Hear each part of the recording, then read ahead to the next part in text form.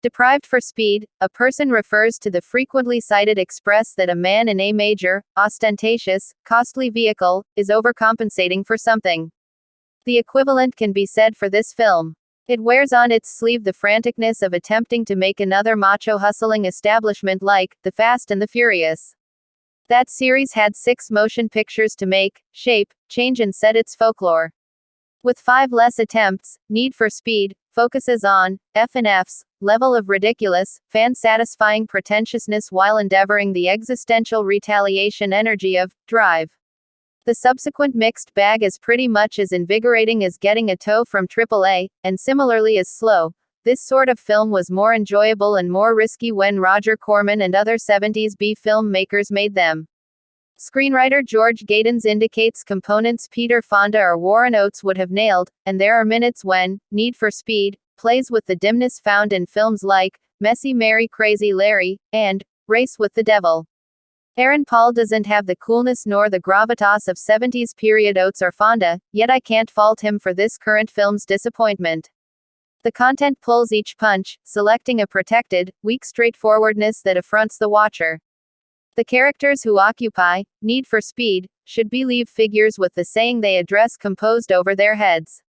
There's not one note of interest nor intricacy by any stretch of the imagination.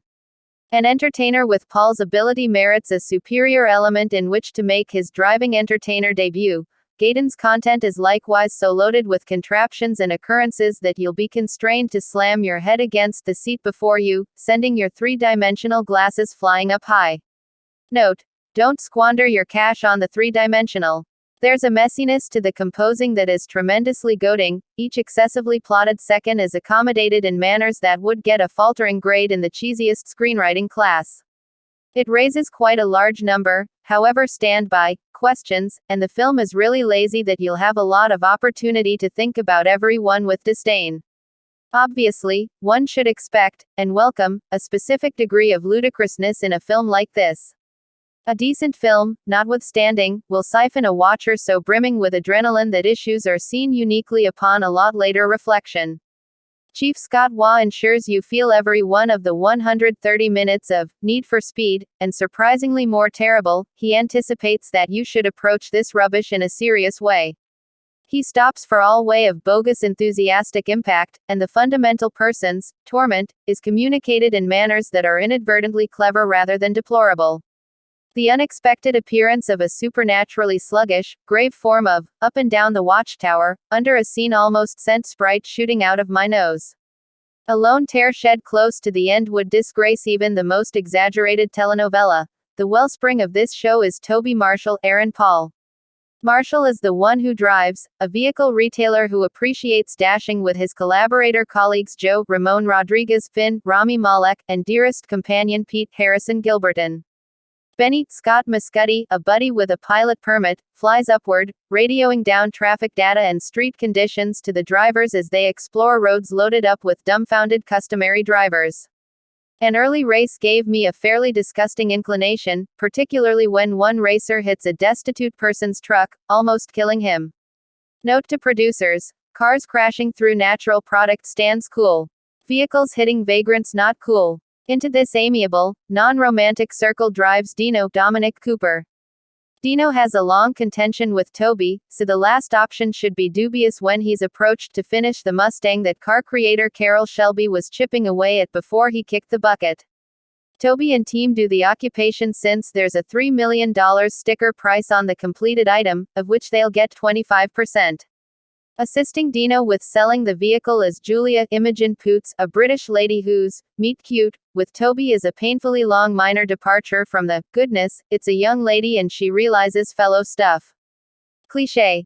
Dino offers to race Tobey at the whole cost, which prompts Dino submitting vehicular manslaughter.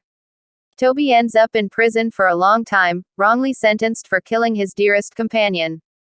Dino rubs salt further in Tobey's injuries by proposing to Tobey's ex and Pete's sister, Anita. At the point when Tobey gets out, his craving for retribution isn't appeared by observing Dino and thrashing him almost to death like an ordinary individual. He rather needs to beat Dino in an unlawful race called the Delian. Run by a frenzied Michael Keaton, who is by all accounts directing Jack Nicholson playing Max Headroom, the Delian is the MacGuffin, deprived for speed. Most of the excess film includes a cross-country drive to the Delian with Toby and Julia in the Mustang and different folks in their separate vehicles and planes. It accepts forever. Even as simple vehicle erotic entertainment, Need for Speed, is a disappointment. The races are shot and altered in a way that leaches them of any fervor, and I don't think a solitary vehicle is on screen over 5 seconds all at once. However the sound blend sends the fitting thunders through your individual, there's no an ideal opportunity to wait on and slobber over these costly wonders. Truth be told, you get a more extended glance at Finn's mysteriously uncovered exposed butt than you do at any vehicle, which is fitting. Individuals looking for vehicle-energized energy at Need for Speed will be left inclination, ass out. Assume one could contend that the genuine main events are the vehicles. Surely, the individuals showing up in Need for Speed are shot less affectionately and created with less accuracy than their car co-stars. All things considered, I presume we're planned to feel for the man with the most screen time. That would be Tobey Marshall, Aaron Paul, a road racer who doesn't appear to care a whole lot about individuals he burdens until his protege, Pete Harrison Gilbertson, kicks the bucket in a race. Toby goes to prison while the devious scalawag behind the occurrence, Dominic Cooper, escapes issue with a phony vindication. In the wake of doing his time, Toby rises up out of in the slammer with one objective, vindicate Pete. That implies settling the score with Dino. Not by hitting him directly upside the head or blowing his head off, however, by beating him in an underground race called the Delian. To do that, he needs to venture out from New York to San Francisco in 48 hours with a madly hot British fare, Imogen Poots, backing up the driver. There's an abundance on him, so a wide range of vehicles and trucks attempt to run him off the street. Then, at that point, after arriving at his objective, he should enter the Delian and clash against his opponent. In picking his first significant post-Breaking Bad job, Aaron Paul has commented that he was drawn to the daintiness of the content. Lack of character may be a superior word decision. Paul's exhibition is automated, the part doesn't request a lot and he doesn't give an overabundance. Imogen Poots is wonderful, however that is about the main case that can be made with regards to her. She never develops past the companion, love interest generalization. Michael Keaton's WTF messed up depiction infuses a few odd energy into the procedures, yet he never associates with any other individual. Dominic Cooper makes an honest effort to be a weasel, however he's not exactly sufficiently terrible enough. Perhaps somebody in cosmetics ought to have given him a mustache to spin. I will concede to an implicit predisposition against this film. I don't have anything against the game or hustling films overall, however I think that it is tacky to glamorize a sport that outcomes in endless wounds and passings every year. Road dashing isn't a type of young extravagance, it's perilous both to members and, all the more critically, to blameless individuals who coincidentally end up in danger. Need for Speed offers empty talk to this with Pete's death, yet it's obviously not put resources into advancing the message. There's a great deal of slaughter late in the film that the film legitimizes by pinning everything on the troublemaker. The results are a joke. There are a few things that can't be pardoned by saying, it's simply a film. Assuming there's one thing to be asserted for Need for Speed, it's that the vehicle stunts are managed without the guide of CGI. The refreshingly retro look leaned toward by stunt facilitator turned Chief Wah gives weight to the pursuits, races, and crashes, albeit the altering might have been something more.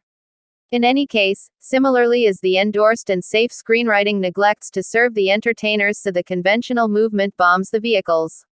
Need for Speed is the most recent in a long queue of game-switched films where the watcher would be in an ideal situation remaining at home, turning on the control center, and playing with his joystick rather than making an outing to a theater.